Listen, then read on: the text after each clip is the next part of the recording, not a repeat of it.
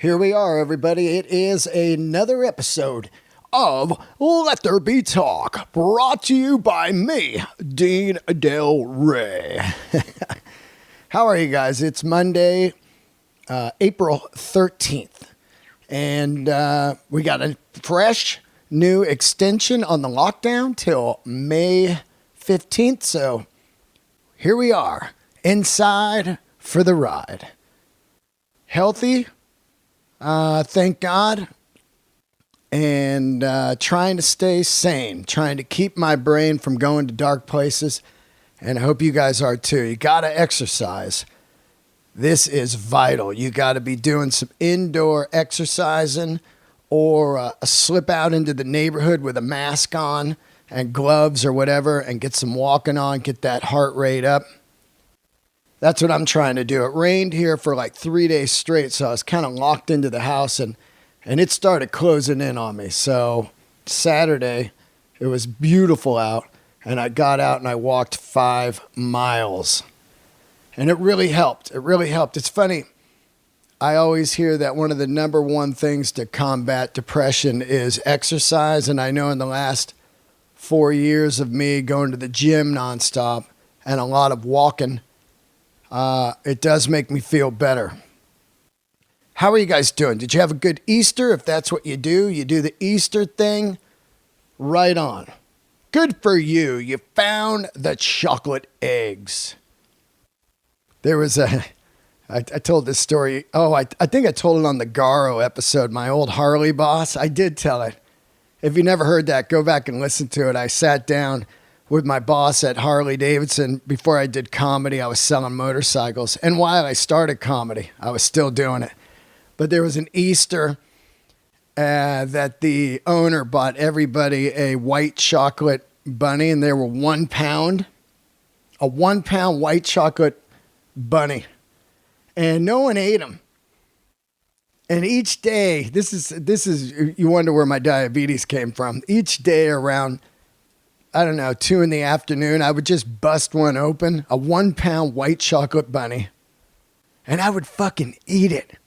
There was like 10 of them. Like 10 days straight, I ate like 10 pounds of white chocolate.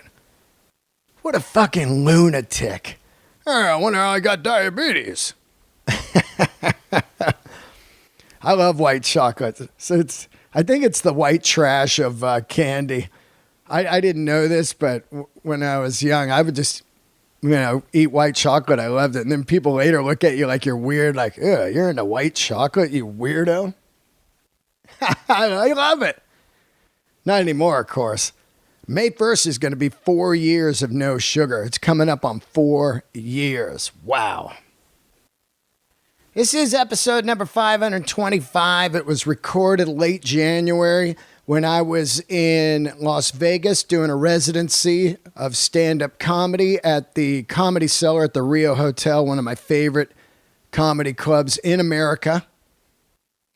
And I was there, and that was when I was doing Thrash January, blah, blah, blah. And I thought it'd be cool to sit down and talk to Brian Slagel, who I've had on. I think this guy, he's a 3-timer, which is very rare. Usually I don't have anybody more than once. But I love this man and his stories, and I thought it'd be perfect to have him on and talk about those old days of thrash metal and him putting out the first compilation with the first recorded Metallica song.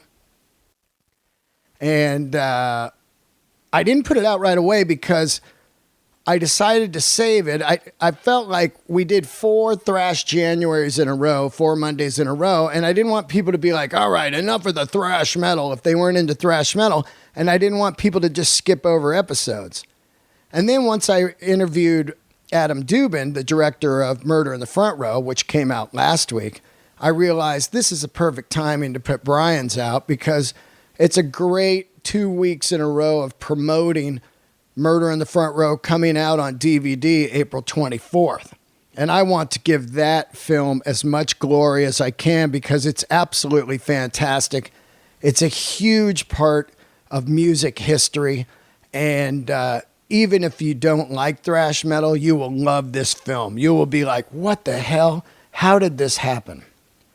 And Slagel is an absolute metal genius. He loves metal. He's loved it since he was a kid, like myself. He opened a label, Metalblade Records. He's still here with over 1,500 releases and going stronger than ever. He had great stories. And not only did we talk thrash metal, I can talk all kinds of stuff with this guy. Real estate. He moved out to Vegas recently. We talked a lot of the Vegas real estate landscape, what that's like, what he does out in Vegas. They got a Metalblade Museum they're putting together right now. We talk about the Raiders and pro sports. That's going to be an interesting thing. The new stadium was full tilt being built, and this was going to be the first season that the Raiders played there, but we have no idea what the landscape is going to be for pro sports. No idea. Pro sports, concerts, comedy. I was talking to a buddy today. Once the lockdown is over, we don't know. It's a wild west out there. We have no idea what people are going to do. Are they going to run out and go to comedy clubs and movie theaters and sporting events? I don't know. I do not know. And I am not the guy to sit there and make predictions, because that is crazy also. I'll tell you what's going to happen. People are going to say, I don't give a fuck. Just get out there and just rub shoulders and high five and shake hands again, man. Ain't nobody telling me what to do. I don't know. I know one thing, and this is for sure. I will be doing this podcast forever, and I'm so glad that I've been doing it. There was times where I was discouraged or frustrated and wasn't sure if I should keep going. And wow, I'm very lucky that I didn't stop this thing, you know, and that's natural.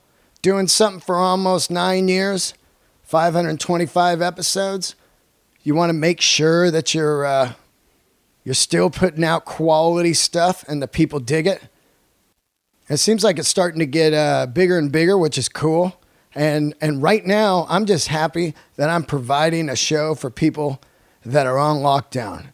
Maybe taking a couple hours a day, taking them away. These podcasts, Joey Diaz, Rogan, Burr, Marin, Tom Segura, Dalia. All these podcasts out there. My comedy family. Putting out content for you guys and hopefully making you laugh and giving you something to do.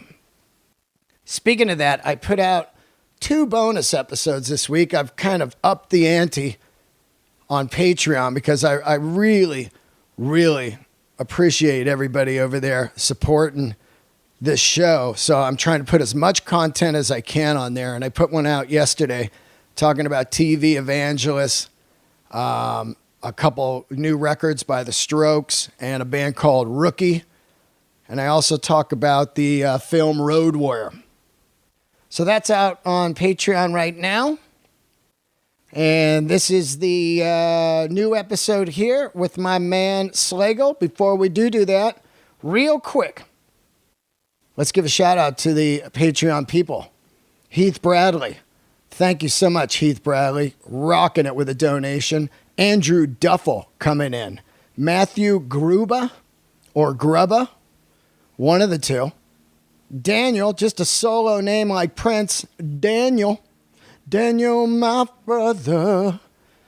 Dave L., also known as Bigfoot, a good friend of mine. Bigfoot. Glenn Mantle. Andrew Woolley. What's up, Woolley? James Barker. Cody LaFontaine. Johnny Arson.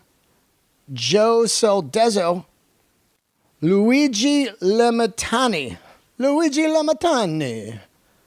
Kevin Vold. Scott Starr. Kevin Torchin.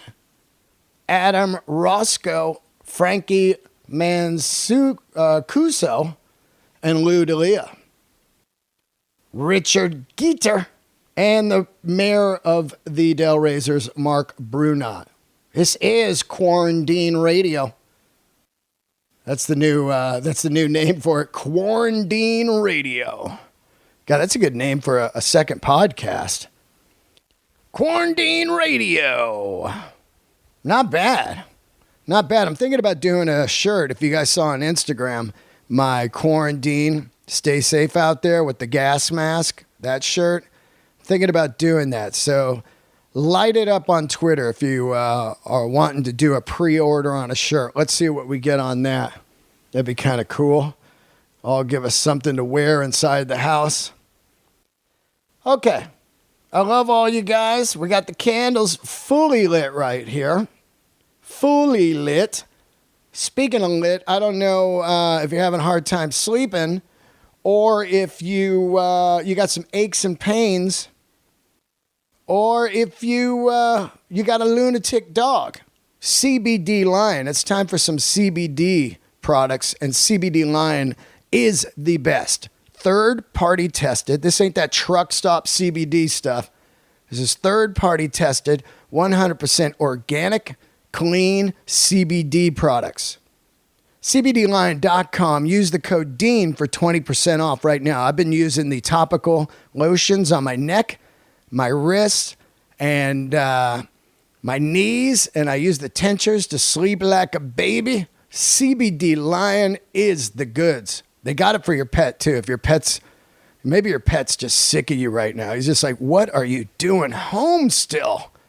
Give him a little CBD under the tongue. No THC in this, so don't worry about piss test. Not that anybody's working right now, but it's no THC, so super clean. You can pass a piss test, and it does help. CBD Lion is a fantastic sponsor, and they have stayed on board with Let There Be Talk. Thank God. How cool is that, man? Just supporting through the rough times. CBDLion.com. Use the code DEAN, D-E-A-N. Get 20% off. All right, let's get into the show here. This is a good one. Thank you so much, Mr. Slagel. Mr. Slagel, for doing the podcast again. 3-time champion, Brian Slagel.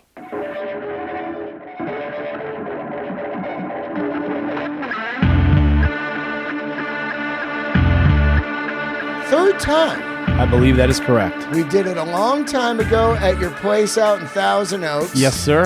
And that was fucking one of my favorite episodes. Then we did it in New York City, in my apartment where you're now living. Well, now I have an apartment there as well. Yeah, and I don't anymore, but I will still sneak in and use the gym. There you go.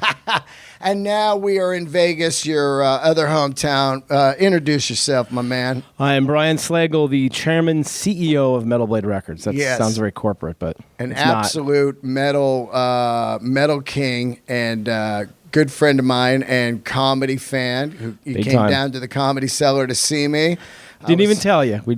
I was so excited because I had DM'd you. Yep. For some reason, your fucking number wasn't in my phone. Or it was, because when you called me. It was, but then, it just, these things. Sometimes when you upgrade stuff, it gets lost. But it's funny because when we were going down, my girlfriend was in town, and we had some friends, and we were looking for something to do on Monday night. There wasn't much to do. And I said, oh, hey, my pal Dean's here. Let's go watch stand-up. Bought the tickets because the reason I didn't first of all, I didn't even see your DM until you told me when we got there. I'm like, oh, shoot. But I didn't want to tell you because sometimes I'll tell friends that I'm coming in to see them do stand-up, and they'll get me free tickets, and they'll sit me in the front row, which I don't want to be. I don't want to be in the front row. The worst. I don't like my friends in the front row. Okay, good to know. Because there is an element of, that I'm up on stage, and I am who I am up there. But when you see people in the front, you're like, well, this guy knows, you know what I mean? Yeah. There's something. Good to know. Some do, some don't. I went and saw, I went to see Dave Attell, who's still my favorite living comedian, no offense. Master. Well, I'm not. I've only been doing it 10 years, and I'm not. Yeah, I get it. So we went. It wasn't him because he doesn't know who I am. But the guys who are running the I'm trying to remember which place it was now. It was a Laugh Factory. But anyway, they put I went with Vince from Metalblade, and they put us up front. So thankfully, Vince, looks like rock and roll Jesus, which is what David Tell called him the entire show. So I got spared. But being up front is crazy. Yeah, and I'm glad you came down. It was so great. That was fun. That was a fun night. I thought everybody killed that night. It was great. Yeah, that's a great room too. The cellar here. Never been there. I heard really good things about it the first time I've been there, and it's an awesome room. It's definitely the best in Vegas for me. I performed at all of them, and it's just got this great pop when the laughs hit. It's got a good sight line. The sound is incredible. And the food is great, and the people are great. It's good. I can't remember if we talked the other night about it, but I'm gonna slip a shout out and plug in for my good friend out here, Gabe Lopez. Have you done the Dirty at 12:30 out here before? I have. Yeah, I used to do that quite a bit back in the day. It's super fun. When I in the first 5 years of doing comedy, I would come out there and do it, but I don't really come out for one-nighters anymore to Vegas because it's kind of a haul. Yeah.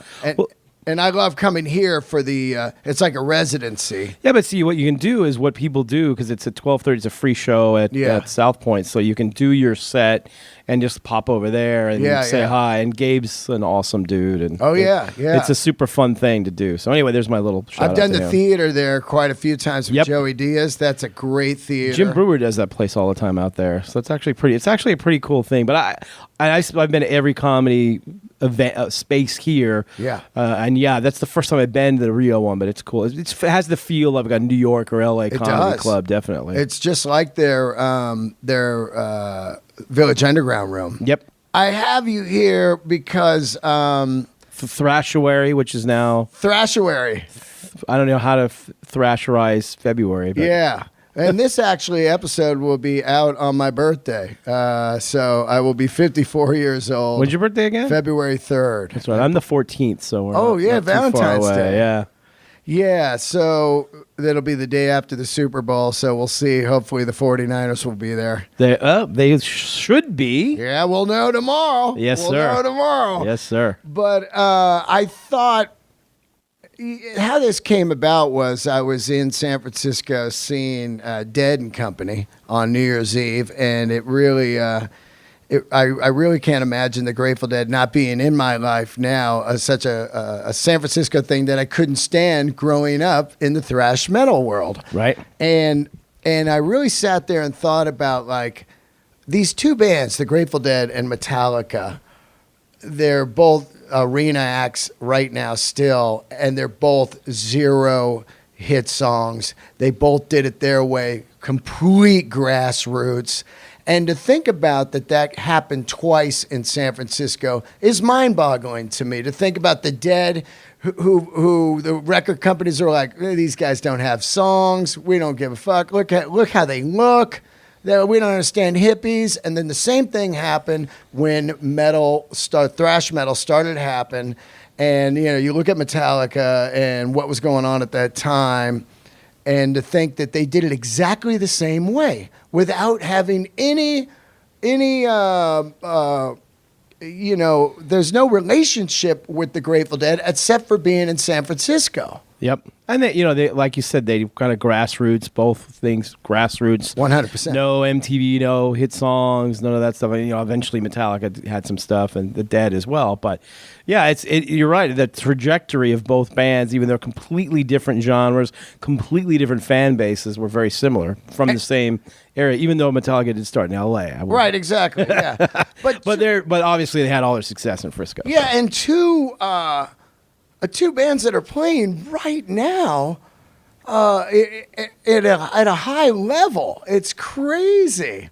Both have similar things going on. People have passed away, different members, completely, some downtime, like down eras. Some people would think the Metallica era of Load and Reload, that's not me. They cut their hair, all that dumb shit, Same thing with the Dead, Touch of Grey. Oh, they got hits. I'm not into the hits. Weird shit. But that's all. You can't appease everybody all the time. That's nope, for sure. Not at all. I talked to Kirk about that, but to really think about two massive bands that came out of San Francisco is amazing, and it all really comes down to your label. You know, like getting a song on a compilation. And we've talked about that over and over, but it's great because we can really talk about what you saw and what I saw at that time when you first see Metallica, let's say, because you saw them when James was a singer. Well, yeah, there's so many different. Yeah, exactly. The first time I saw them, I didn't see the very first show. They played Radio City in Anaheim, and I didn't go to that one, but I went to the second one, which was opening for Saxon at the Whiskey. And yeah, James was just singing, and it was just James.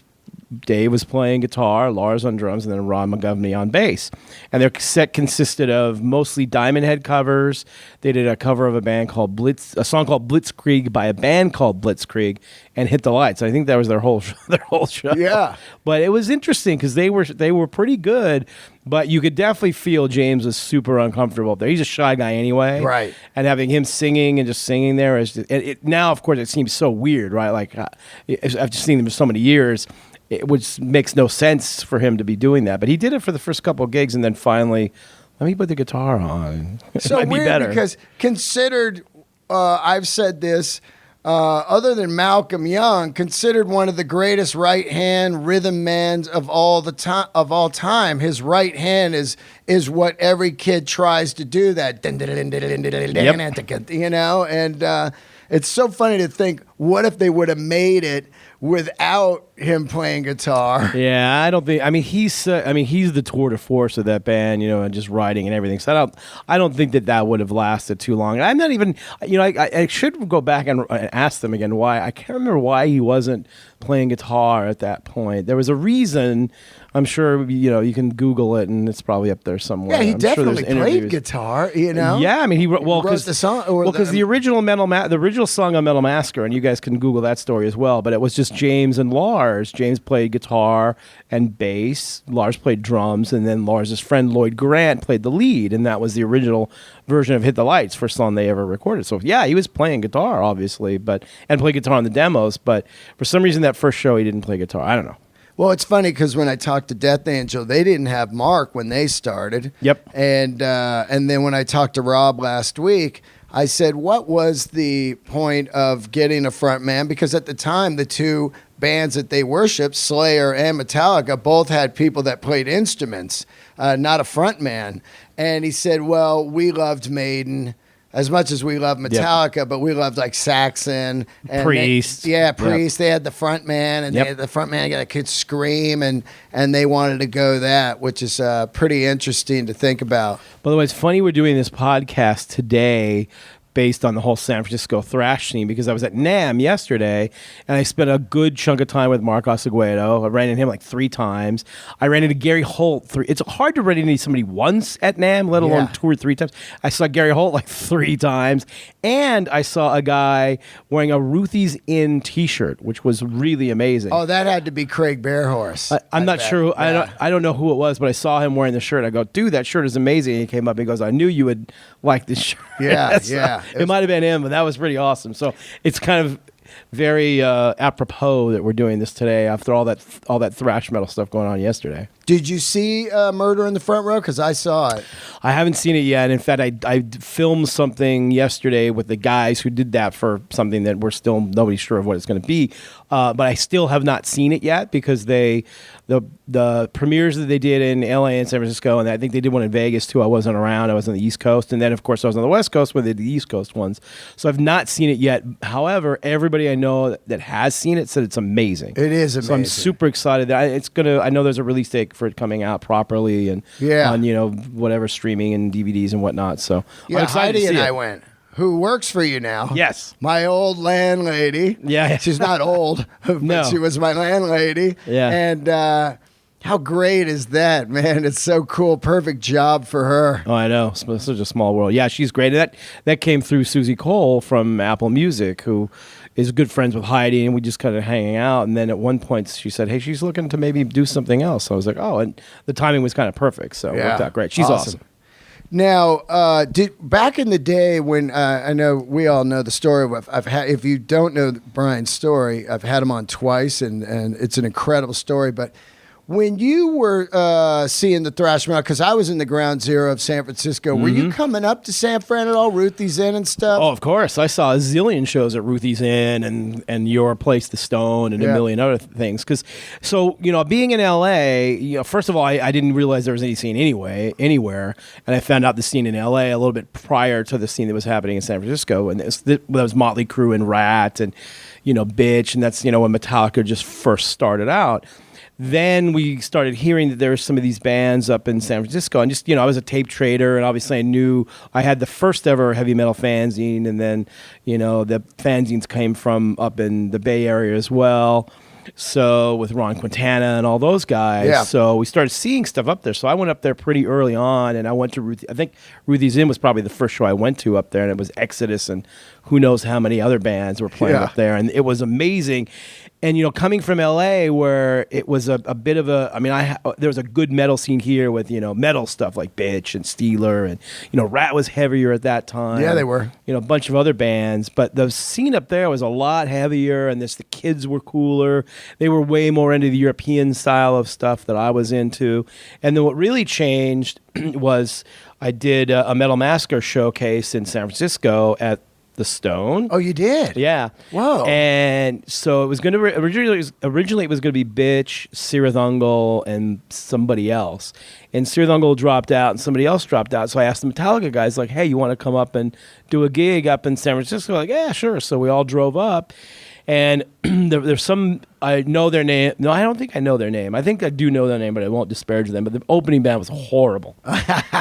So bad that a lot of the kids turned their backs. Oh, on the yeah, band. Brian. Oh, they talk about that in the Murder in the Front Row, when the fans didn't like a band, they would turn their backs, and most of the time would have the patch of the band that they were there to see. Exactly. Yeah. So that was like mind-blowing. And then Metallica went up there, and Metallica in L.A.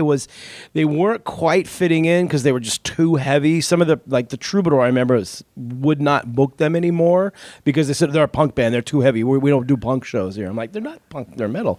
So they didn't really quite fit in L.A., and they didn't have a big following. It kind of came a little bit later when they would play with Armored Saint, and those two bands had a pretty good following. So the first time I went to San Francisco, the kids went nuts. And this was right after the demo came out. And, Lars had tape traded up there with Brian Liu and Ron Quintana and all those Bay Area guys. And they'd played it to all their friends. So there was, a couple hundred kids there who knew who Metallica was and were ready for it. And they went nuts. I couldn't believe it. I'm like, oh my gosh, I've never seen this for Cliff Burton on anybody. bass? No. This was still Ron McGovern. This is long before Cliff Burton. Wow. This would have been 80. I forget the date. Late 82, early 83. Probably late 82, I think. And Bitch was a headliner as well. So there's some crazy stories from that night, which I won't repeat because I'll get in trouble. but on my deathbed, I'll write a book or something. But anyway, but for Metallica, it was just an unbelievable show. And that kind of started them going up there and playing more often. Before Cliff, I'm not sure how many shows. They probably played 3 or 4 shows maybe before Cliff. And then the Cliff thing obviously comes in with San Francisco as well, because there was a band called Trauma that played in San Francisco that their managers had sent me a demo, and I thought it was pretty decent, so we put them on Metal Massacre 3, I think. Oh, they were on there. Yeah, they were on there. And so they came down to L.A. to do a showcase at the Troubadour, and I went, and I thought, the band was okay, but the bass player was freaking insane. This nutcase up there with, blue bell-bottom blue jeans and a denim jacket, and all his hair just going nuts. And the band was very mediocre, but he was incredible. So I remembered that, and a few weeks later, Lars came to me and said, "Hey, we need a bass player. Do you know anybody?" And I said, "Well, there's this band Trauma from San Francisco that came down, whose bass player is amazing. They're down here again. They came back to showcase again at the Troubadour in like 2 weeks. You should check them out." So Lars and James showed up, and 10 minutes into the show, Lars leans over to me and goes, "Yeah, that guy's going to be our bass player." "Okay, sure, Lars." And of course, the famous story, I'll be in the band, but you got to move to San Francisco. And Metallica had played a few times up there. I think they felt more comfortable. They didn't have any ties in LA, so here we go. And the rest is history, as they say. I really think that what that's what sets bands apart when you look at bands that made it. There was people that moved to LA that wouldn't, the other people that wouldn't and didn't get deals back when LA was fire. You know, when you really go all in of like, well, we'll just do whatever it takes. That is when it starts to happen. It's like, this is what we do. Well, and back then, too, you know, we were all just young, dumb kids with no money. I mean, that's the reason why I never did a Metallica record. I didn't have any money, and they didn't have any money, so there was no way for us to record anything. But none of us cared about anything back then other than we loved the music, and we wanted to do whatever we could to help the music, on my end, to promote it, and in the band's end, to do anything they could to make it happen. There's a big thing with today where I don't think a lot of bands realize how difficult it was back then. You know, Metallica, you know, moved to New York with no money. They're eating the famous, you know, hand and cheese sandwiches. Yeah. And, you know, struggling and sleeping on floors. And same thing with Slayer's first tour. Like all these bands were touring and just roughing it, but we all did it because we just loved the music so much. There was so much passion about it. Nobody cared if you're not making any money, if you're sleeping on the floor. If, you know, I was, you know, running an office out of my mom's garage with no air conditioning, 116 degrees, and in San Fernando Valley, what in the hell's in the summer? But none of us cared because we were just so into what we were doing. Imagine now, like Metallica wouldn't have been able to do it because they wouldn't be able to afford to move to the Bay Area. You know, well, right. The rent is so crazy. That house that they lived in would probably go for like $5,000 right now. Exactly. Yeah, you're right. So that has to do a lot with what was going on in the Bay Area back then. Also, it was really cheap to live there. I had an apartment for like $250 with a garage and everything. It was just blue collar. Yeah, we go up there all the time. Like Slayer started to come up there and do a lot of shows, especially with Exodus. And we go up there and stay at these little motels for $20-$30 a night. Yeah. Something super cheap. And, you know, so everything was cheap up there. So, yeah, a whole different story now. It was totally cheap. The only expensive spots were Marin County and Walnut Creek. Everything else was just like, oh, yeah, we could stay in a hotel. We could eat these burritos for $2.50. A beer was $1.50. It's so funny. And rent was nothing. Man, and that's an interesting thing to think about where bands can live now, say Detroit or somewhere middle America. And with the internet and everything, they could still be a band in a house and get their scene out there. 100%. I mean, that's why you don't see bands coming from San Francisco or LA or New York or any of these big cities because it's just too expensive to live there, or there's not a culture there to make it happen. So you have bands coming from all over the place. We have a band, Whitechapel, who's one of our biggest bands from Knoxville, Tennessee. How could a band from Knoxville, Tennessee ever do anything? Well, the internet, and you know, you would never hear from them, but all the new technology and stuff out there. Bands come from anywhere and everywhere now. And in some cases, it's better for them to be in a small town. Because when all this first started, and the reason why so many bands did so well is it was all the best players in that band. Like when Metallica started, it was like the 3 or 4 metal guys that were actually decent players that got into one band. And now there's so many bands, you got one good guy, and the rest are kind of average. But if you have these small towns where, you know, Whitechapel, as an example, in Knoxville, like the best guys and all the best bands just finally got into one band, and they ended up being something. Yeah, like Slipknot. You know, I mean, look where they're from. Like, you know, just like nowhere land, you know, so it's pretty interesting. And now I remember last time I had you on, you tried to sign Exodus, right? So yeah, I'd seen them since day one up there, and obviously a huge fan of theirs. And we were going to sign them, but I was really good friends with a guy in New York named Todd Gordon, who every time I went to New York, I would stay at his house with his parents, and we just became pen pal friends. And when I first went to New York, I didn't have any money, so he's like, "Hey, you stay at my house." I'm like, "Okay, cool." So I just would stay there every time I went to New York. His parents were super cool, and they had a pretty big house, so it was easy to stay there, and we became friends, and he kind of wanted to emulate what I was doing, and got some people together to start this Torrid Records label that he wanted to do.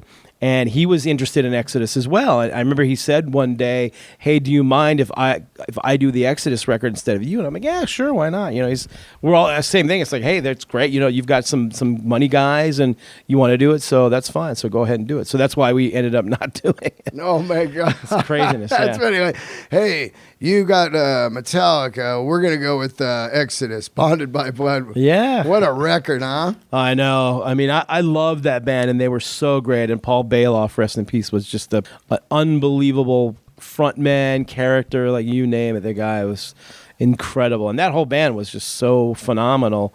They were the kings of the Bay Area thrash scene, obviously. Yeah. And then Bonded by Blood happened, and they were pretty far along doing it. And then Todd said, "Do you mind if we put it out instead of you?" I'm like, "Yeah, go ahead." So back then, it was none of us. I mean, I didn't think I was going to have a record label for life. I just thought I was going to put out a couple records, and I'd end up doing something else. So it's just kind of funny how all these things happen.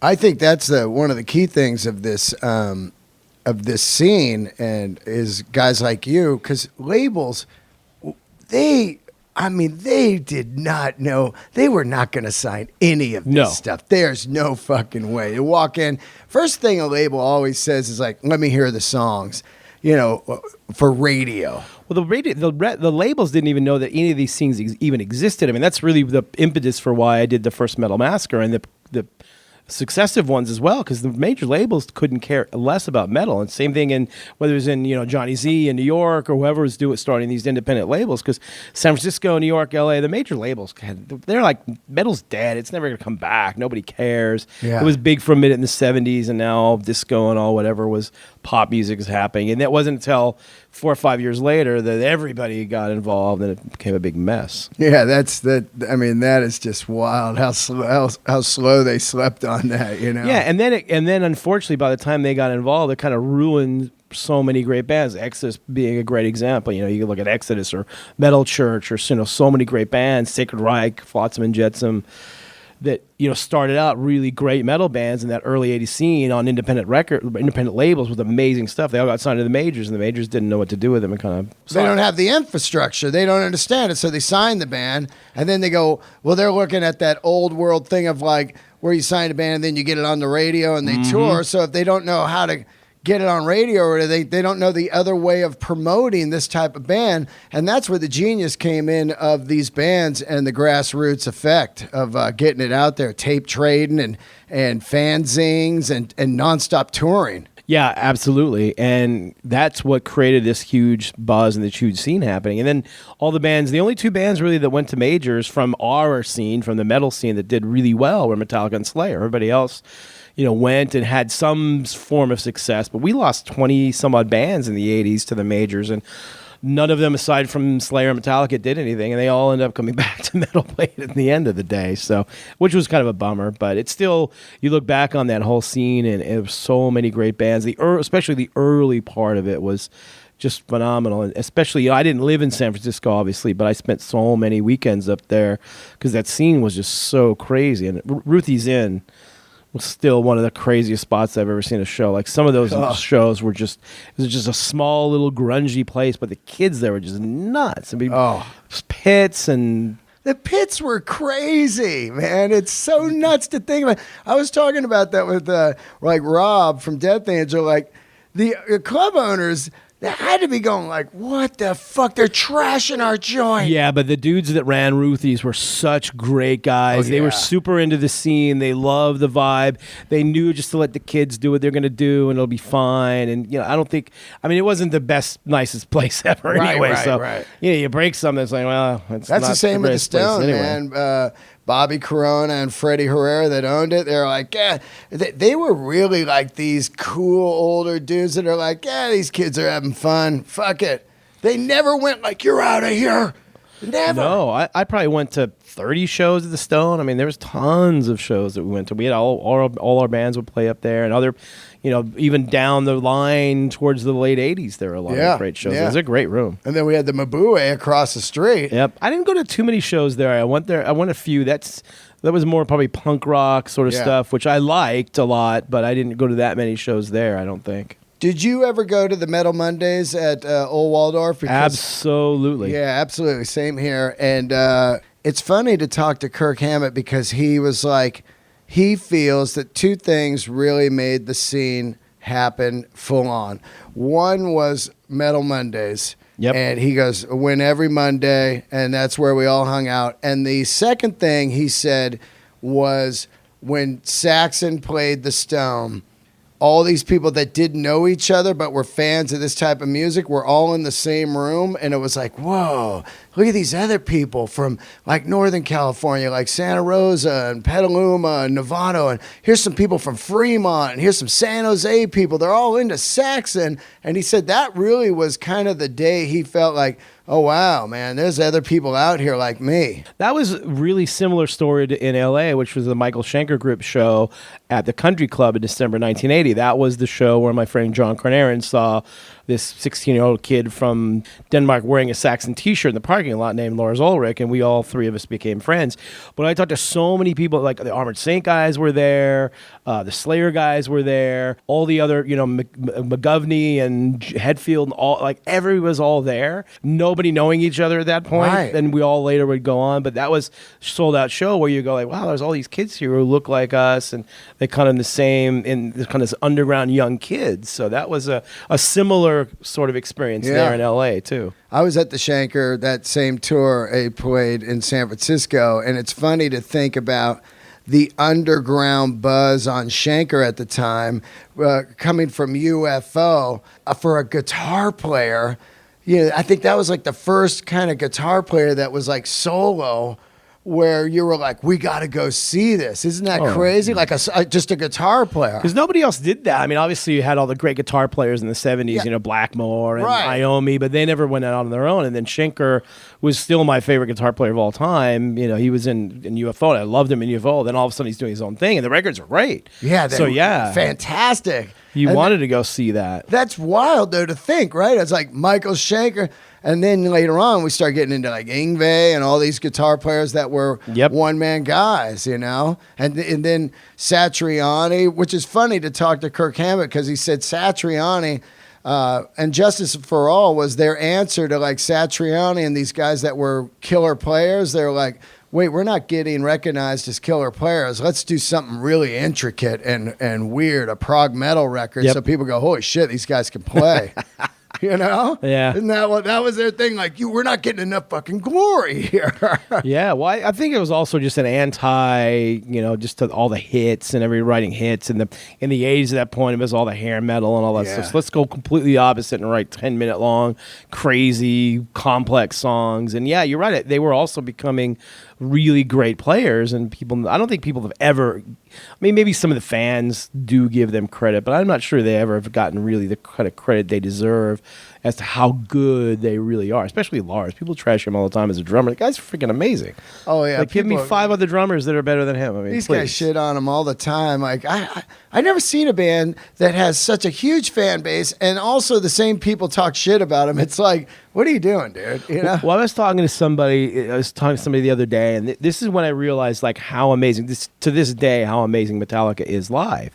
You see them in arenas and stadiums, but they did before Hardwired. They did this little tour of clubs. They did 4 or 5 club dates. They did Webster Hall in New York, and they did Fonda Theater in L.A. So I went to the Webster Hall show, which was one of the first ones they did. And, I've seen, 100 shows there. Yeah. And I'd seen probably 5 or 6 within the 6 months prior to them playing there. And they, like all the bands I've seen before, were on one level. And Metallica as players and just how great that show was, were about 20 levels above that. Yeah. That's when I realized, like, holy shit, these guys are so much better than everybody else. Because when you see them in that environment, just them playing. Oh, yeah. When you see so many other shows, you're like, wow, okay, now I see why they're so good. The way the power comes off when you see them like at the Wiltern or the Fonda or the Fillmore, the way that power comes off in a straight throw, like when they're playing it not in the round, and they got the amps up there and it's hitting you, you're like, holy shit, this is massive. And I see thousands of shows, and I rarely at this point get blown away by anything, but that Webster Hall show, I was like, holy. I told them afterwards, I go, you guys are really fucking good, man. I forgot how good you guys really were when you see a show at that level there. And they have fun doing it too, obviously. And Kirk Hammett, man, so underrated. This guy, his leads, he never flubs anything. He's just up there just screaming these perfect leads that are right off the record. It's like, that's exact to the record every time. And he's, Hardwire is a big record for me. I really love that record. It's probably in my top 3 or 4 Metallica records of all time. So Spit Out the Bone is in my top 5 Metallica songs. That song is so great. But Kirk on that record is shredding like there's no tomorrow. I mean, he's sounds like he's 28 years old again. He's shredding. 58 years old right now. I And know. this guy is murdering, and he looks amazing. Yep. You know, you see him, you go, this guy looks fantastic. He's living in Hawaii, I guess. I don't know. Yeah. Surfing and eating clean and stuff. Holy shit. Now, I say my 3 records out of the Bay Area for thrash would be Bonded by Blood. Yep. And then Ride the Lightning and the Ultraviolence. Yep. And the Ultraviolence, I think, is an absolute masterpiece. And this killer, if somebody said, what does thrash metal sound like? And I give them just the Voracious Souls or the Ultraviolent song. Yep. It's amazing. This band is up for a Grammy here in a couple weeks. We'll see what happens. They're up against Tool, unfortunately. Well, here's the thing, because I was talking with Asaguedo about Mark yesterday. Yeah. Because we're enemies because we have Killswitch up for it as well. Oh shit! But we were talking about. I was talking to some other friends of mine, and Tool, first of all, does not want to be in the metal category. They've actually told people not to vote for them in the metal category. Right. They're also in the rock category, and I Prevail is also not a metal band. They're also in the rock category. So we kind of feel like, while anything could happen, they might split the votes there. And neither of those bands are promoting themselves in the metal category. So you've got 3 left. You've got Candlemass with Tony Iommi, which is a weird one. Then you've got Death Angel and Killswitch. And Mark's like, we're not going to win. Like, you probably, Killswitch's been nominated twice before, and I go, well, there's a possibility. But last year, High on Fire won. So you don't really ever know. But I'm just happy, and those guys are just happy to be nominated and be recognized, I think, for all the stuff they've done over all these years. Body of work. Quintessential, one of the best thrash metal bands ever, and I agree with your assessment of those 3 records as well.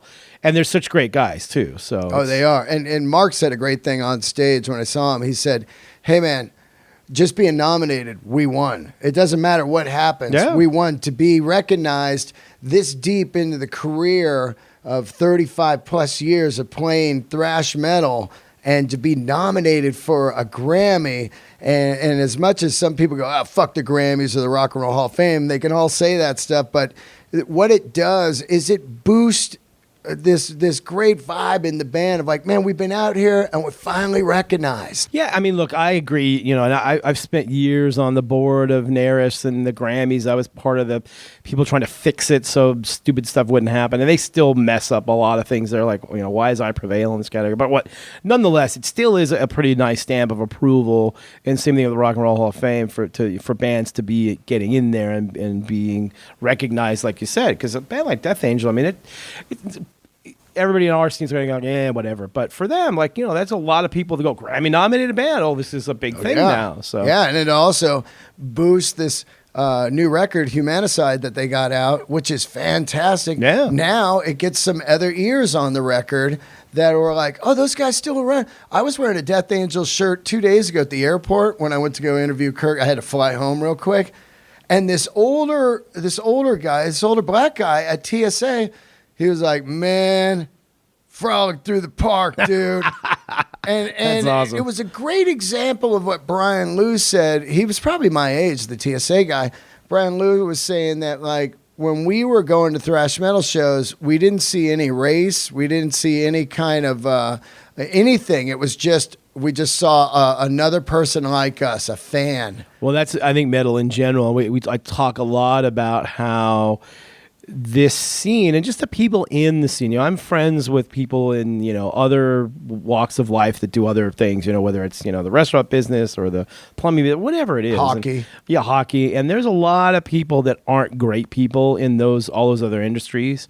And metal, I mean, it's hard. You're hard pressed to find 5 people that aren't phenomenal human beings. We all get along. It's all really such a great scene. And you're right. We don't see color, race, sex, anything. We don't care. Like, remember when Rob Halford was going to come out? And everybody's like, oh, that's it. It's going to end his career. It's going to be the worst thing ever. Metal kids are never going to accept that. I go, nobody cares. Yeah. You don't care if you're black, if you're gay. Like, who cares? You're one of us. Like I said, you're one of us. You're making phenomenal music. That's all we care about. We don't care about anything else. That's it, man. It's so wild. Well, and Hetfield, I think, was one of the best. He had one of the best quotes about all that sort of stuff. He said, "We don't talk politics.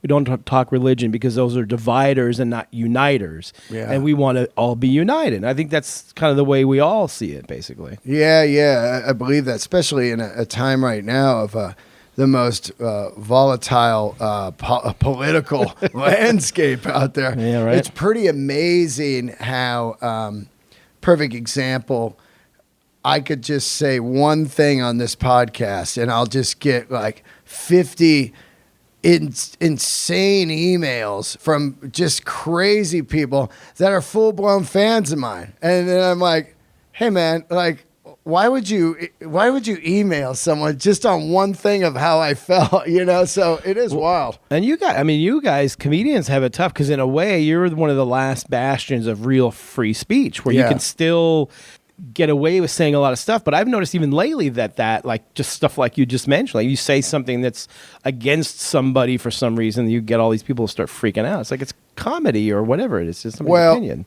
I had someone stand up and they're like, I don't like that joke. And I was thinking like, you know, imagine if they start doing that at the movie theater. Like you're watching The Irishman and they're like, I don't approve of this murder in the middle of the theater. You know, this murder scene should be out of this movie. It's like, it's pretty wild out there. Do you vote for the Grammys? So I have to admit that I let my NARIS membership lapse. Right. I was a NARIS member for a long time. And like I said, I was on the board after the whole Jethro Tull Metallica thing. I remember that. They put me on the board because they needed young people in there. And I did what I could. And there's definitely some people within the organization that were great. Like, for example, he just passed away recently. Eddie Money was one of the nicest guys ever and really behind the scenes did a lot of really great work. But I kind of let it lapse a little bit because I just was when Tenacious D won, and look, I like Tenacious D and that's great. But when they won for like an acoustic track as a metal thing, I'm like, eh. Yeah. So I stopped. Like I said, I let my NARIS membership lapse. So I didn't vote in the last probably 3 Grammys. Before I voted in all of them before. And I redid my NARIS membership, but too late to vote this year. So I hope Killswitch doesn't lose by 1 vote because that would be mine. My own fault, I guess. Now, when you walked in, we were talking a little bit about how Metallica, they had 1 billion streams this last year. And you were saying, and I really wanted to talk about this because there are tons of artists out there saying they're making no money from the streaming, but then you're saying there is massive amounts of money in the streaming. Where is the communication breakdown on here? Are the bands saying there's no money compared to the old record company days? Because the old record company days, there really wasn't any money either. No. Well, here's the thing. It's a bit complicated, but basically there's a few things going on here. Number one, the money coming into the music business now is insane. Just overall, it's insane. For the first time I've been doing this 38 years now, and it used to be difficult to get anybody to try to invest in something or come in that outside the music business. Now you have venture capital people banging on everybody's door, dragging in, trying to get into the music business any way they can and spending crazy amounts of money to get involved. Is that right? Because they see how it's growing. So right now there's about, and my figures may not be perfect, but right now there's approximately 50 million people subscribed to streaming services. Wow. Apple Music, Spotify, whatever. Yeah, Amazon. So down the road, they're looking at how Netflix and all these. Netflix has 800 million people and growing from them, Hulu and all these other ones. So people are seeing that the music business is going to could grow like crazy because all these platforms, whether it's Google or Netflix or somebody's going to get in and continue to offer the streaming services for whatever reason, and there's going to be a ton of money that's going to be made. But right now, there's a ton of money being made, and not just streaming, also vinyl is massive now too. But it's out selling CDs this year. Yeah, right? Just to give you an example, from Metalblade, we probably had the best year in 2019 that we've ever had in gross money. But here's where the artists, and I've argued with artists for a long time about this because they were all very negative. Like, we're not going to see anything. We're going to pay, 0.00001%, right, 1 cent for every That's what time they play, all that stuff. So, which is true. But the more things get streamed, the more money's coming in. And now artists are starting to see. I mean, we're writing big checks to artists for royalties that we haven't written in 15 years. Is that due right? to streaming stuff. But what's happened is a couple of things. Is number one, it's taking time because there's a natural lapse of 6 months to 9 months to a year, depending upon how bands' contracts are set up for them to be getting paid for this stuff. And it's every month after month after month. Our Spotify numbers for December will be lower than our Spotify numbers for November, and same with Apple Music and everybody else. So the money's trickling into the bands now, and probably just in the last year, 6 months to a year, the money's getting real. And I've had that conversation with a few band members 2 or 3 years ago who are saying, no, we're not ever going to make any money from this, blah, blah, blah. I go, you guys wait. I was the same way. Right. I was like, this is a disaster. It's not going to work.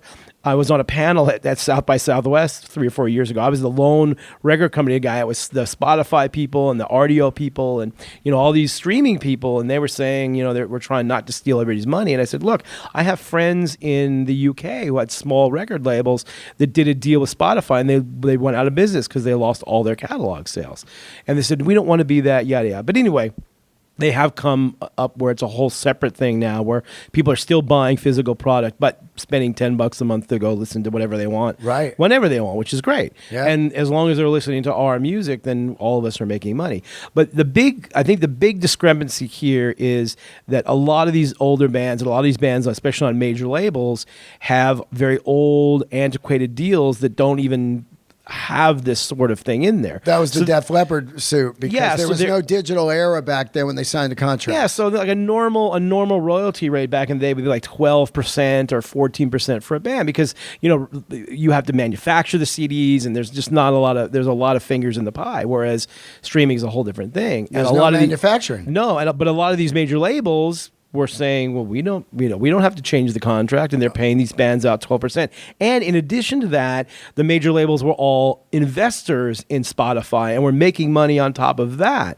So now there's a lot of court cases and other things that have come around. Like, for example, we got a big payout from Sony because they had to divest a lot of their investment in Spotify, for example, because starting to look a little weird, like, but you're owning this. Shady, yeah. Yeah, and that's like inside trading shit. Kind of, kind of a little bit. So it's getting there, but I think that's where the perception is that the artists aren't making any money yet. But as that's happening, the majors even have to change deals around and have to do better deals. And trust me, there's more money in the music business now than I've ever seen. There's more investment in the music business now than I've ever seen from people outside the business. And you even see reports that these venture capital people and all these other big money interests that evaluate businesses and industries for growth are actually looking at the music industry as like, this is a great investment. Like, people should be involved in it. I've never seen that ever. Wow. So it's pretty crazy right now, and we've seen it on our end where the more catalog you have, the better. And we have a huge catalog, so it's starting to. How many records you got on your catalog? 150? Oh, good. More? 1,500 maybe. 1,500. Something like that. I mean, 30 years times. I went onto your 20 website or 30 today to try to see them all. It's a lot. It's a lot. Yeah, I think I don't know if they're all up on Spotify, but we've probably got over 1,000. Wow, that's incredible. Yeah, it's nuts. Imagine Metallica, because they own their masters. They've been a band that long that they got their masters back. They own their own vinyl pressing, Blackened Records. Yep. It's got to be just all like, 1 billion streams, dude. What's interesting about Metallica is that, and I don't know if this is the same, but a few years ago, their fan club and all the vinyl they're doing, everything else, they're not making any money on that. It's a break-even thing, but it's just the cool factor of doing it. Because pressing vinyl on your plant is not the easiest thing to be doing in the world, but they just did it because it's fun. I imagine at this point they're probably turning some sort of a profit. But but streaming and all the other stuff, and it's got to be just insane. Well, those box sets they put out are definitely a break even. I don't care what anybody says. They go, $150 for the box. I go, hey, you don't understand what's in that box set. Mm-hmm. They put out a book. There's that one book that's just all of the Master of Puppets from day one to the end of that tour, a photo from every day. Then you got these 3 live vinyls from the Lightning tour at the Palladium in L.A. Then you got the Lightning record remastered. You got, all these boxes are heavy. There's a massive team of people behind the scenes, because I've helped them, put a bunch of stuff together too. And they've probably got 10 people they're employing to find all this stuff and put it together. So like their headquarters, they got dudes, full on employees. Yep. Full-blown company there. It's a big to do, that's for sure. What do you think 1 billion streams what is a check on 1 billion streams? I'm just trying to get get a grasp on this. Like you said, you're writing some big checks for some people. Well, you don't have to say what band or whatever, but what would be like a big streaming check for Metal Blade? And then I can kind of get an idea. For a half a year, $60,000-$70,000. Wow. That's pretty. Which, for bands on a smaller level. On a Metal Blade? And for a long time, bands weren't making a lot of money. We're all struggling and barely able to make anything. So it's nice to be able to write big checks and see, big money coming in and big money coming out. But a billion streams, anybody can go. I mean, there's formulas out there to do. I'm trying to think off the top of my head. I'm trying to think if that's $100 million or $50 million. Wow. Something crazy like that. But I'll just give you one analogy to how big streaming is. And obviously this is on some other level, but our lawyer represents one of the guys that wrote all of Adele's big hits. Oh, yeah. And, he's written some other stuff, but that's predominantly what he does. And he's just a songwriter. Right. He's not producing it. He's not doing anything else. He's got a massive house worth millions of dollars in London, a massive house worth millions of dollars in Hawaii, a massive house worth millions of dollars in Los Angeles. So clearly streaming money is doing all right. It's much better now than it used to be. And early I think, 2000s had to be brutal. Yeah, I mean, there was it was to the point where we had to tell the artists, because that was when everybody was, Napster and all the street, people just basically stealing everything. And I get it. I understand why that whole thing happened, because before then you would spend $20 for a record and you'd have one good song and the rest of it sucked and you were out the money. I understand why that whole thing happened. But now, people have gotten much smarter with their money. They're realizing that this is a career and they have to be smart with it. It's a business. So when they go on the road, the whole days of crazy partying and stuff is not nearly what it used to be, because this is their livelihood. Yep. They're out there doing it. And we see, one of the most fun things for me is to go to one of our artists and say, like, they've got a nice house and a car and a family and they can afford to live, comfortably, and that's the way what we're all trying to do here. Well, I always tell fans, I'm like, what do you think? You think these guys can just be like 55-year-old couch surfers? I mean, it's you're not doing it at the beginning to make money, but if you do make some money, it's great. And to be able to sustain a career in music, I mean, Metallica and Death Angel and Exodus is going out on tour next week with Testament and that Thrash tour in Europe. To be able to make a living playing music is just incredible. I mean, and these guys work hard. They work hard, and they've man. worked years and years of struggle. And so I don't, I'm happy that a lot of these guys, as they get into their 40s and 50s, are able to have a career. Like, guys like Cannibal Corpse, they all have done well, and they still work really hard, and they spend a lot of time on the road. But, and they're not playing folk music, man. They're playing extreme loud metal, which sometimes.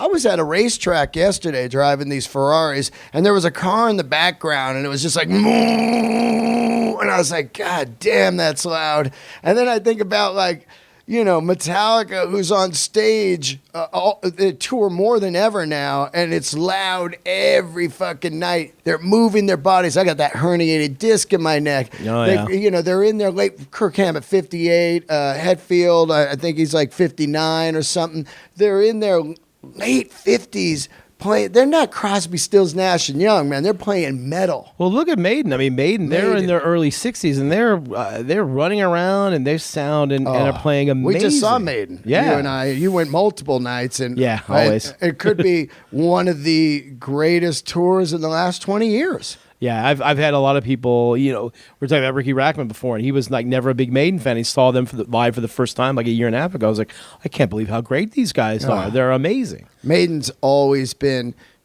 top 5 for me as far as that scene. And we talked about it before. Number of the Beast is just an insane masterpiece. Well, that's Maiden favorite band of all time, and Number of the Beast favorite record of all time for me. And that'll never change. Do you, looking back on the thrash scene in the Bay Area, do you remember a band that didn't get big that you thought, oh, this is great? I mean, I know pretty much all the bands, but did you hear any demos or anything that you're like, this is great?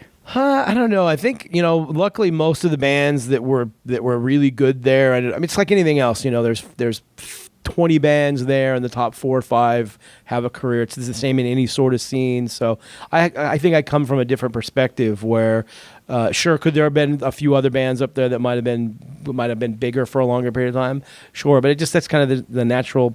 I don't want to say natural selection because that sounds terrible, but it's just kind of the way it is. Like 4 bands of any scene will usually survive and go on, and then everybody else for a million reasons. They get married, they have kids, they have jobs, they have bad managers, they whatever it is. So but I can't say there's one band in the Bay Area scene. Like, I can't really remember either. I wish that band would have been much bigger than they were. I think the right bands came out and did the right thing, and it was really funny to me. It was almost more. And again, I'm coming from L.A. and coming from L.A., I was never a big fan of San Francisco anyway, of the rivalry there. But man, that scene up there was to me it was just more about the closeness of the fans to the bands, and just it was so much fun going up there, and it's this big camaraderie thing. It still is to this day too. Yeah, I still know Brian Lou and Ron Quintana and all those dudes really great well. humans, man. Yeah, it's phenomenal. I can't wait for you to see Murder in the Front Row because it really. I mean, I cried a couple of times. I'm a grown man in the theater, like, I'm over there like crying at a metal movie, but to see your childhood up there and the closeness of this metal community, and you and I still, you're in the metal biz. I still talk metal, and my comedy is pretty edgy because of metal, and just look at it like we're still here. It's incredible. Yeah, it's mind blowing. That's one thing that you don't really sit back and think about that sort of stuff because you're day to day just doing your thing. Yeah. But I wrote a book, and writing the book was kind of interesting. Just going back and reliving some of that stuff was really interesting. And Laura, somebody was asking me the other day about like Metallica stories and interesting ones, and there's a million of them obviously, but one of the ones I remember was at the Rock and Roll Hall of Fame when they were inducted in Cleveland, and whenever that was. Yeah.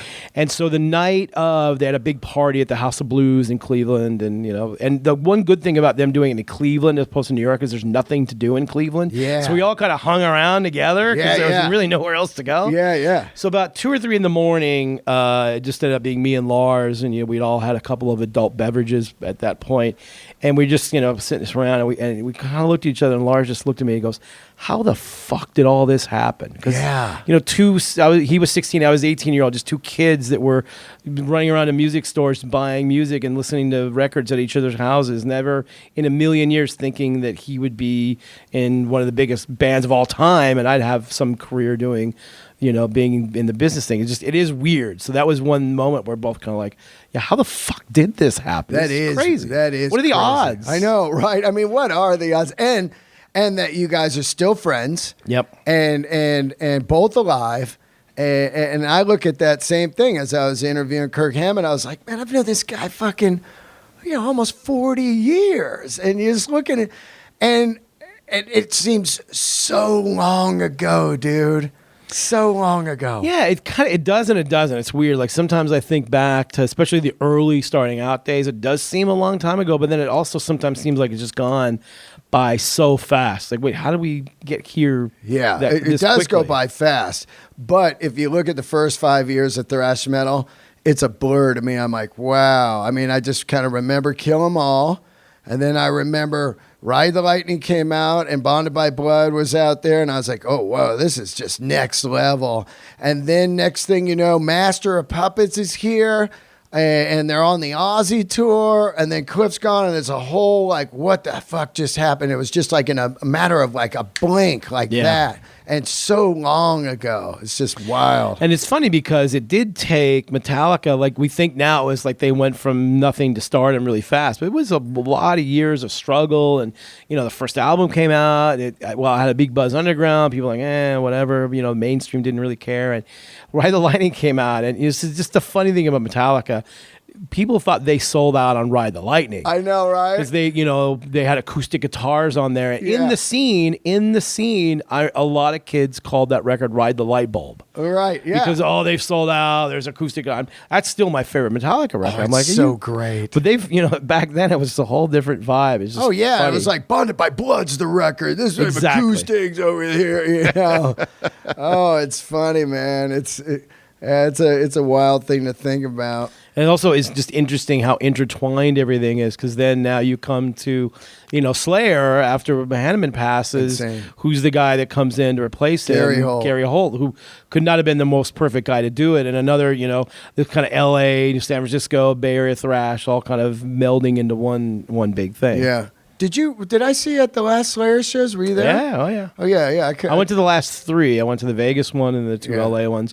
And on that last run, I saw New York and Dallas. I thought the first night in LA, the second night was fantastic. Of course, that's the final night or whatever until we see them again. You're not ever going to see them again. Really? You're not ever going to see them again. You They will think never so? play again. I know so. Really? Kerry King is one of my really good friends. Right. He's out here in Vegas He's now. out here in Vegas now. Yep. So one thing about Kerry, and this has been true to him this whole, he is a man of his word. If he says something, it's going to happen. And I asked him a few times, like, so what happens if, he's like, nope, not going to happen. Really? Not ever going to happen.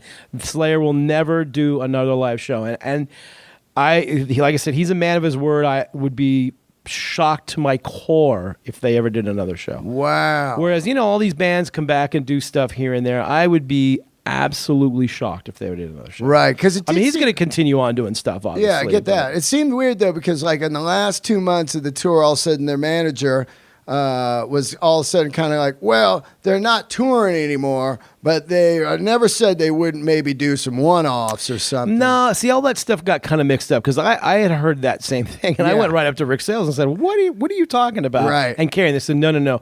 So what Rick said, and this is what happens with press and other things. This is great to hear this. So Rick said that even though Slayer's not going to tour anymore, it doesn't mean the end of Slayer. And I think what people perceive that was they're going to do shows. The end of Slayer means they're doing a huge campaign for merchandise. They're going to do all sorts of crazy merchandise. Basically going to be branding Slayer in a variety of ways. The simplest way is, just T-shirts and merch. You'll see Slayer stuff, new designs, everything going on and on and on down that. Yeah, you'll see that. You'll see, probably reissues of records and repressings of things. Slayer vans. Yeah, and you'll see there's probably some other stuff that you can't even imagine that will be Slayer involved. That might be some cool stuff. But as far as live shows go, I'm a firm believer that that's never, ever, ever going to happen. I love that if that does happen. I really do, because the Clash were the ones that, and Zeppelin, kind of are the ones that really said no. I mean, the Clash turned down, I heard, like $30 million from a Lollapalooza tour back in the day. They're like, no. Like I said, I would be shocked to my core if Slayer ever did something again. I thought the first night of the 2-night run at LA Forum was probably one of the greatest Slayer shows I ever saw. That show was amazing because Carrie the night before said, I'm going to switch up the set list tonight. I'm like, oh, okay. I said, don't tell me because I don't want to know. He said, I'm not going to tell you anyway. Yeah. So they come out and all of a sudden they play 4 straight songs of Show No Mercy. It was unbelievable. For a minute, I'm like, are they going to play the whole record? It was unbelievable. That was insane. Right? Yeah, that was amazing. I got goosebumps just now. Same here. I couldn't believe it, actually. And I was sitting there like, I was on a road case on the side of the stage. I went solo the first night because I was like, I'm going solo. I don't want to fuck around with anyone, Like I sometimes like to just go solo. Yeah, I'm with you. And I'm sitting on the road case, and I'm like, I can't fucking believe what's going on right here. And I always say, bands, if you want to fucking, instead of these farewell tours, mix up your set list. And watch the crowds come out every year. Oh, yeah. Oh, my God. What, in the middle of the set, one night they played 5 songs off Show No Mercy, and then the next night they played all of, like, South of Heaven. You don't know what's going to happen. You do that kind of mystery shit, and the people are there. It's a little hard to do it. It's a little hard to do it because, especially for Slayer, you've got a lot of production and all that sort of stuff. But they switched it up quite a bit on that last run. Yeah. They would do they would pull out a few classics here and there. It was amazing. They did a bunch of old stuff, but that first night when they did Show No Mercy stuff, literally on the 3rd song, I was thinking to myself, are they going to do the whole record? This is crazy. Wow. That would have been That was nuts. fun. I was a little disappointed in the crowd though. The last last two nights. I mean, L.A. crowds aren't necessarily great anyway. Well, usually for Slayer, they are, though. Like in L.A., I was kind of stunned, too. I was wondering if people, instead of going crazy, were just taking it in their last time. I have a feeling that that's a big part of it, because I saw a lot of the last shows in a lot of the last cities, and most of them are pretty crazy. Like the Vegas show, actually, right before the last two was nuts. They were really T-Mobile? Really loud. No, they played MGM instead. Oh, wow. And I know Carrie wanted to play T-Mobile, but I think there was some conflict there, because the night before Thanksgiving, so that might have been something. But no, they played MGM. But I'm not a fan of that arena necessarily, but that show was great. The crowd was awesome, and the band was on fire, and at least everybody's kind of bummed about Slayer going away, and I get it. I have friends that are still in depression from that, and I get it. But at least they went out on top. I mean, they went out on top, playing as good as they've ever played before. Insane. And so it was really great. But yeah, that's it. I would have loved to see Lombardo on the last two nights, just fucking up there. I tried, man. I tried. You did? I tried. Yeah, I tried. What went down? Well, I mean, I'm not going to get into the specifics of it, but there was, there definitely has been, it's well documented, a lot of, of course, we know stuff that. between all the. I had Dave on many times. Yeah, so the thing, and I mean, I'm saying, what went down for you to try? Well, so I'm still, I'm obviously really great friends with Carrie's. One of my best friends. I see him all the time. We have season tickets for the Knights and for the Raiders and all this stuff. So, and I'm probably one of the few guys that go up to him, like, say, what about this? And I talked to Dave too. I said, look, you should be there. I would want you to be there. And he's like, I would love to be there if it's possible. So I tried to carry a little about it, and it just wasn't going to happen. I get it. I get it. There's just stuff that happened that is tough to make not happen. But I really would have liked to have seen that. That being said, though, I still think those shows were phenomenal, and just the amount of people that came out and the people in the Forum Club, like Post Malone was there, that and was Jason nuts. Momoa, King Diamond, and his whole band came out. That was nuts, there was crazy people there. It was insane, man. I was like just looking around, and it felt like that Murder in the Front Row movie, but now. Right? Just Yeah. looking Right. around like, wow, man, look at these people here. This is great. Yeah, that was really fun to see all those people come out, and the fans, of course. And still, my favorite moment, probably my favorite moment in the history of, I don't know, some of those early Slayer shows in the early days were pretty awesome. But when Carrie did the whole chain drop at the very end was brilliant. And I talked to him afterwards. I didn't stay very much afterwards because there was a million people there. I just went up and talked to him for like a minute and got out of the way. But I said that chain thing was one of the best things I've ever fucking seen. And he said I literally thought about it like probably halfway through that last song. Wow. I didn't even I thought that would be a cool way to end it. Just the chain drop, like a mic drop. That was phenomenal. He did that. I was just watching like, no, is he really going to do that? That was insane. So great. It was awesome, man. I'll tell you what, I hope they're the last two shows, because to me, it was like that memory is going to be so deep in my head. So deep. I've been trying to get Kerry King on for like 5 years. I met him actually last time I was here. I was doing shows at the Cellar, and he just bought a house here. Yep. And he was going to come with his wife, and at the last minute, they had to deal with some paperwork, so we met after for some drinks, and I tried to ask him, but he's a tough guy to like, hey, you want to do the podcast? He's just tough to talk to. Well, it's funny because he's so not, but he has that persona. He has that persona. Yeah. Like he's a sweet, super nice guy. Yeah. So but he doesn't do a lot of that sort of stuff. I know. And now there's really not much to promote for him. So it's But like, that's what's what are you great gonna to sit do? down and talk to somebody like that in a long conversation. Yeah, and I think for him, it's gonna all get around. Well, why did Slayer end and all this sort of stuff? And that's, I'm sure, stuff he doesn't want to talk about. Oh yeah, I don't so. care about that stuff. No. I like to talk about just everything, like his body, like playing metal all these years, the years of touring and just being in Slayer and everything, that whole thing of what it is. It's a fucking empire. I kind of forget sometimes because I've known him for so long. Right. So even with like guys with large, you kind of forget sometimes that they're big time rock stars. So you go out and you kind of forget, like, oh shit, that's right, he's gonna be bothered a lot. I mean, I get bothered every once in a while, but it's pretty rare. Not that much. But you go out with him, like when we go to Raider games and he go Knights games, and he's super cool. Kids come up and and ask him. But this has happened, I think, 4 or 5 times. It's always pretty funny. Somebody just came up we went to a Knights game a couple weeks ago, and some kid came up and said, "Are you who you think I am?" And Carrie's like, "Well, who do you think I am?" He said, "You're the bass player from Slayer, right?" And he goes, "Nope." Oh.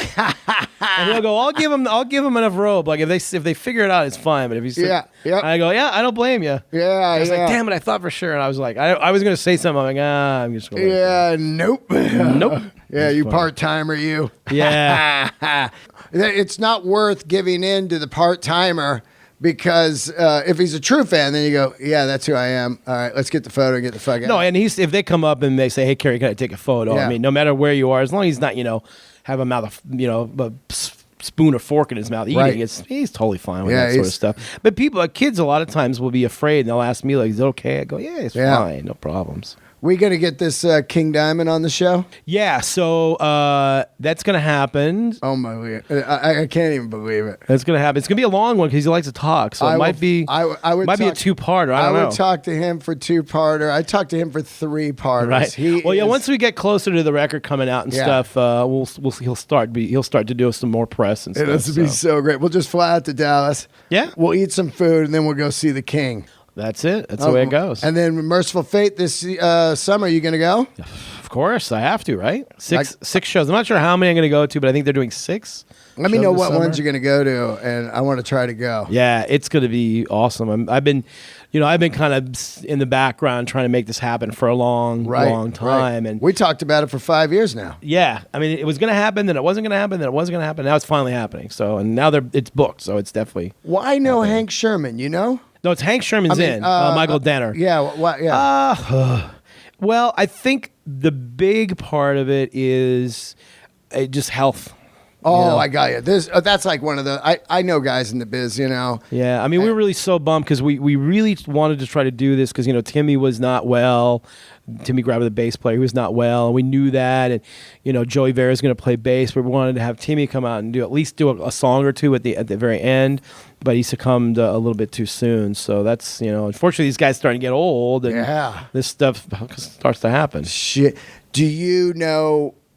Is the set list just going to be a career spanning? No, the set list is going to be only comprised of the first 2 records and the EP. That's it. Unbelievable. Yeah, that's going to be amazing. You think they're going to play like Nuns Have No Fun? I don't know. I don't know if there's a set list yet, and that would be awesome. I have my favorites that I'm going to ask for that I usually will get shot down because I like some of the deep tracks. Yeah. But we'll see. But yeah, they're going to keep it to that stuff. Don't break the oath, huh? Just fuck. Melissa, Don't Break the Oath, and then the EP. That's only from those 3. Wow, that's going to be awesome. Wow, that's going to be nuts. All right, before you get out of here, we're in Vegas. You live out here now. Tons of rockers live out here. Tons of metal people. Carrie just came out here. Give me a couple of the things that are going on. I just read that they're not sure if the stadium's going to be ready. The top won't be on it by July. Yeah, I mean, I have actually through Carrie, I've become really good friends with a lot of guys who work for the Raiders, and we both have crazy season tickets on the 50-yard line, all this nonsense. The last time I talked to them was everything's fine. There's a little glitch about something, but they said everything's going to be fine. Right, so it's not. Right. I think everybody is so hell bent on something's going to happen or it's not going to happen. But as far as I know, everything's on schedule and it's going to happen. I was told what I heard from the people on the inside, Taylor Swift is not somebody that we're going to be super into. Right. It's not Taylor Swift. Oh, okay. I heard she's going to open the Rams one. They're going to get probably. They're going to get a Super Bowl here, obviously. They have now a college football game, which is, I think, the second place in the SEC in the Pac-12 or something. Yeah.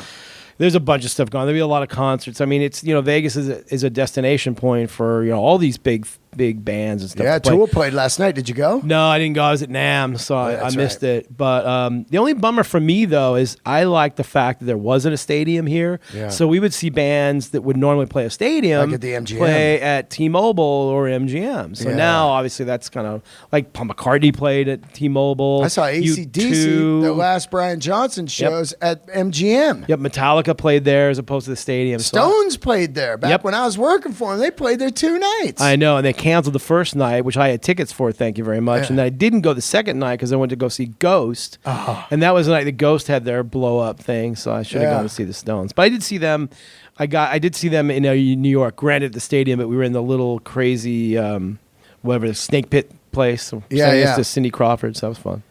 Now, the real estate, is it going up here each time I talk to you? It better be. I bought enough of it out here. Yeah, I mean, it's going up. You got a lot of stuff out here? Yeah, I've got a lot of properties out here. Oh, right. Are they rentals? So this is this is number one, how cheap it is out here, because I sold one property in Los Angeles and I bought 8 out here. 8? 8, yeah. I love you. So I've got 2. I've got a condo like on the strip basically, and then a place out in the suburbs that those are the 2 main places.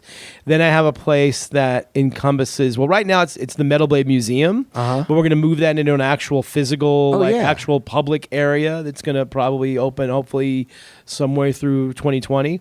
So that's there, but that's going to just house all my vinyl and CDs and all my collection. Have you been selling that stuff off? We've been selling the Metalblade stuff. Yeah, we have a shop here at the Antique Mall of America where old vinyl, old collectible stuff that we just have a bunch of that we'll put out there. So doing a bunch of that stuff. Then I have one that it's actually out now. The Vegas Golden Knights did a feature on it on their thing called Nightlife, which is on their TV network thing. I have a house that just has jerseys and sports memorabilia. Really? I have about 2,000 hockey jerseys. Holy shit. 800 of them are game-worn jerseys. Yeah, it's ridiculous. Wow. You got to start selling that stuff, Brian. Yeah, I don't have a lot of. There's a few jerseys at the Antique Mall. There's a few of them there, so it's crazy. Oh my God! I mean, how old are you now? I will be 59 in February. Wow, February 14th. I'm February the 3rd. 14th. We're Aquarius. Yep. I've been selling everything I have.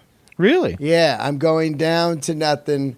You know, you get a couple weird health scares, and you're like, I don't need nothing. Yeah, well, I hear you on that. But so I'm not selling everything I have, but definitely I think the impetus for that store was we just have so much stuff. Yeah. We have a couple of 3 storage things filled with just old Metalblade stuff. Yeah. That's like, what are we going to do with all this stuff? So that's the impetus for the store. Is like any old vinyl or just cool old promo products, all that stuff is out there, and it's been doing insanely well. People are coming from all over the world out to. And how do they see that and buy that stuff? They go somewhere. So yeah, it's the Antique Mall of America. It's on Las Vegas Boulevard. It's basically halfway between South Point and Mandalay Bay, and it's in out this, there by that spaghetti place everybody eats at. Yep. It's probably less than a mile from there, actually. Wow. Yeah, the Ron Mancuso's place. And does it have a website or anything? No, you can buy stuff on our website, but it's in an antique mall, so it's just a couple booths in the antique mall, so nobody has to be there. You just set everything up. You go in, you pick the stuff up, you pay up front. There's hardly any overhead, and it's super cool. Oh, that's cool. Yeah, it's fun. I never heard about anything like that. And friends of ours out here told my girlfriend's really into antiques, so I said, "Oh, you should go to this antique mall." And I'm walking through there, and there's a couple record shops in there. And I'm like, this could actually work for Metalblade. Yeah, so, they got one of those on Ventura Boulevard by Heidi and my old apartment. Like an antique mall? Yeah, it's like this big antique shop and different booths are different people, but they're not in there. You just bring the shit up. But I would go in there like once a month and just trip around in there. I'm like, this place is cool. I'll have to check that out next time. Yeah. I'll be out there next week for the Grammys. So, do you go to the LA office much or?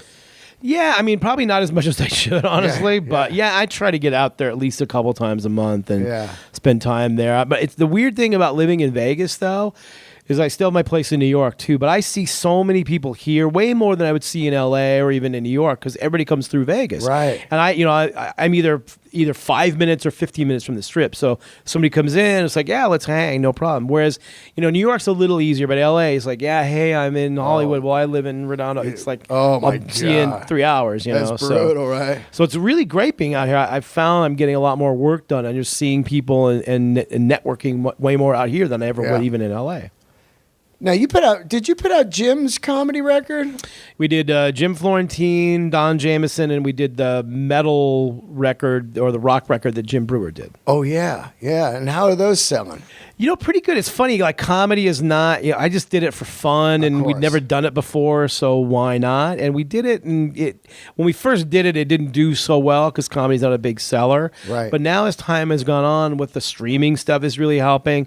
But the big help that's kind of made us almost almost whole is Sirius XM. Oh yeah, Because they've got all that Raw comedy Dog and stuff all going that on. shit. Yeah, and they've been playing so much, especially Jim and Don stuff. Yeah. You know, we get these checks because the way that stuff works is that there's a company called Sound Exchange that collects the money and half of it goes to the artist. Those and are half of it big goes to the checks. others. Yeah, we started looking at every month. Both of those guys are in our top 10 Sound Exchange. Wow, money that's things. great. So it's been good. So we're doing. Don's got a new record coming out. Actually, I think in the next couple of months. So I love he's- those guys. Yeah, he's got some crazy. It's another one of those riffs on a metal title. So Yeah. check the website. It'll be up there. Thanks for doing the show, man. Thanks for having me, man. It's always And fun. It's so great to see you at the Comedy Cellar. Yeah, that was fun. That was super fun. I see you like at different points of each year in my life. It's great. Like we're in New York. Oh, here we are. Or we're in LA. Or we're here. It's really cool to. I love that about being in this kind of business where you get to see, these. We're like nomads just floating around. I love it. And thanks for talking some thrash metal with me because Of course. it's so you're such a big part of that history. For real. I mean, you are one of the ground zeros of thrash metal. Yeah, with your I label. was accepted by the San Franciscans, even though I'm from LA. So I felt somewhat good about that. So it was cool. Yeah. Thank you so much. Thanks, man. Your Instagram is I'm just at Brian Slagel, Instagram, Twitter, and there's a Brian Slagel fan page on Facebook, and then Metalblade. and then metalblade.com. You got the book. The book, For the Sake of Heaviness. You can get it on Amazon. Last time I had you on, we promoted the book. It's still out there. Get it. Book number 2 is going to come out sometime in 2020. Just more stories about bands and kind of digging deeper into stuff like that. Yeah. And then one day you and I will go interview King Diamond. I cannot believe it. Yes, sir. That should happen sometime in 2020. Knock on wood. Nuts. All right, guys. Thanks for tuning in. Keep the candles lit. Leave a review and subscribe on iTunes and also the YouTube channel, Dean Del Rey. Thank you, everybody, and see ya.